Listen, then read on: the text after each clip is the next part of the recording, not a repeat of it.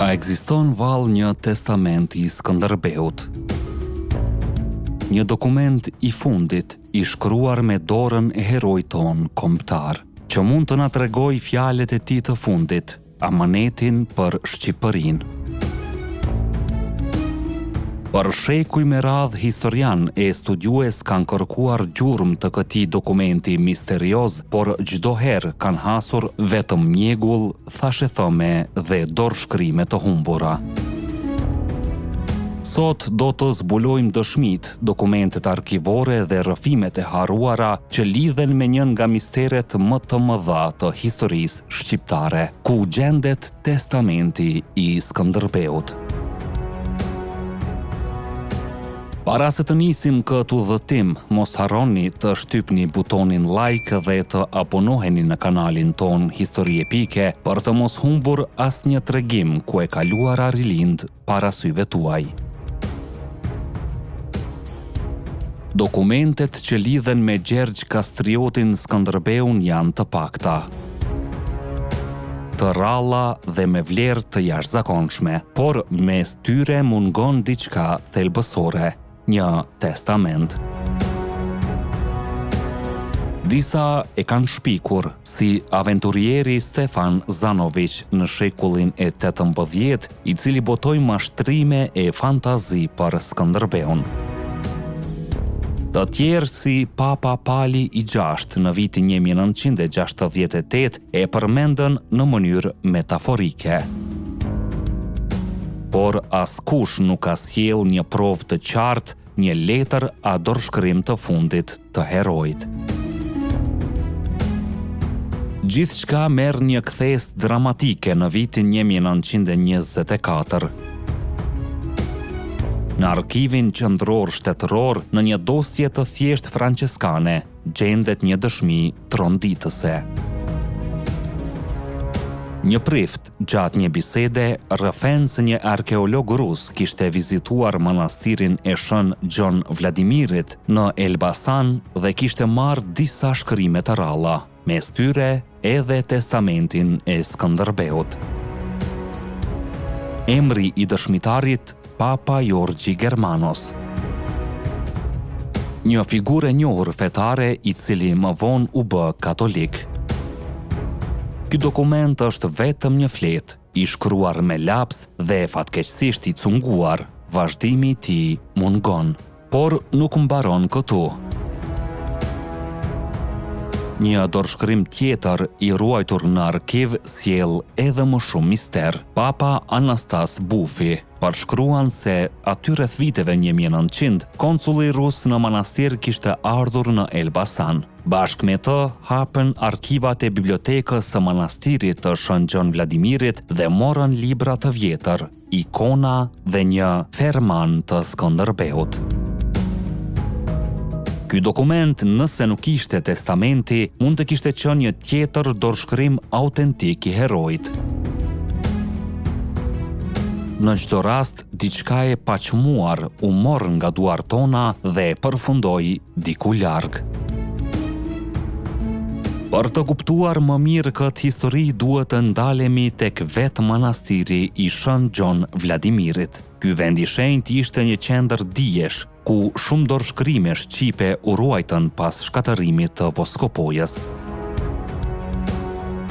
Këtu punuan figura të mëdha si Papa Totasi, Daskal Todri dhe Visarion Gjuvani.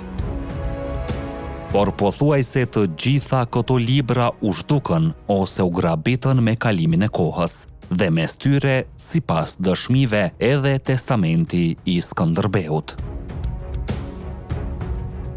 Historia bëhet edhe më intriguese kur ndjekim gjurmët e atyre arkeologëve apo konsujve rus. Fundi I shekullit 19 dhe fillimi I shekullit 20 ishte koha kur Rusia dërgonte ekspedita shkencore në Ballkan.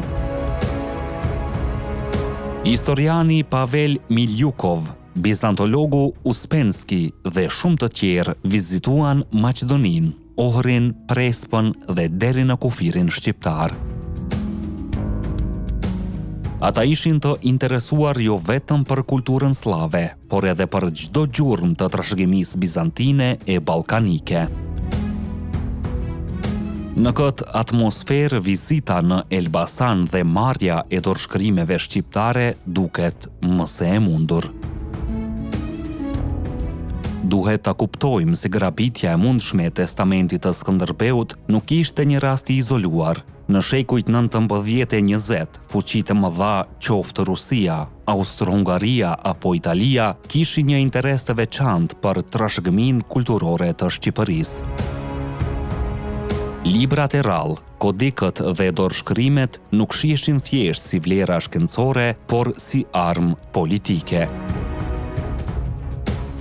Nëse Rusia siguronte dokumente që lidhnin Skënderbeun apo trashëgiminë shqiptare me botën ortodokse slave, ajo forconte pretendimet e saj në Ballkan. Nga ana tjetër, Austro-Hungaria ishte e interesuar për çdo dëshmi që tregonte lidhjet e Skënderbeut me perëndimin katolik. Kështu, biblioteka e manastirit të Shën Gjorgj Vladimirit në Elbasan bëhej një arenë fshehtë ku përplaseshin interesat e perandorive.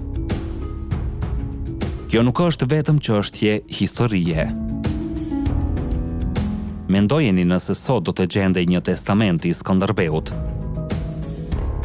Ai do të kishte jo vetëm vlerë të jashtëzakonshme shkencore, por edhe fuqi simbolike për identitetin shqiptar. Do të ishte dokumenti i fundit i një epoke, fjala e fundit e herojt që udhëhoqi kombin ton drejt lirisë.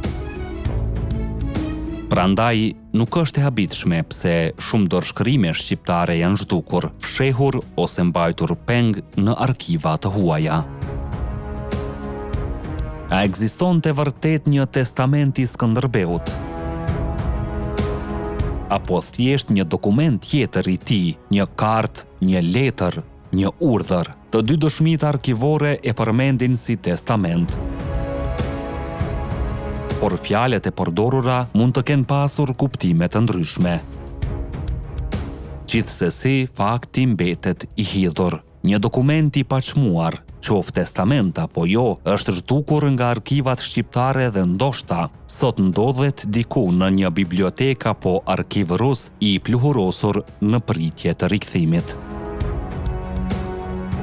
Historia e testamentit të Skënderbeut është një histori e misterit, e grabitjes dhe e humbjes së trashëgimisë kombëtare. A ishte ky amaneti i fundit i heroit ton? Apo një dorëshkrim tjetër i panjohur që ende pret të zbulohet? Një gjë është e sigurt. Nëse ky dokument ekziston ende, ai përfaqëson jo vetëm një thesar historik, por edhe frymën e fundit të një njeriu që i kushtoi jetën e tij lirisë së Shqipërisë. Ju çfarë mendoni? A ekziston diku testamenti i Skënderbeut? Apo është një mit i krijuar nga dëshmitë e copëzuara?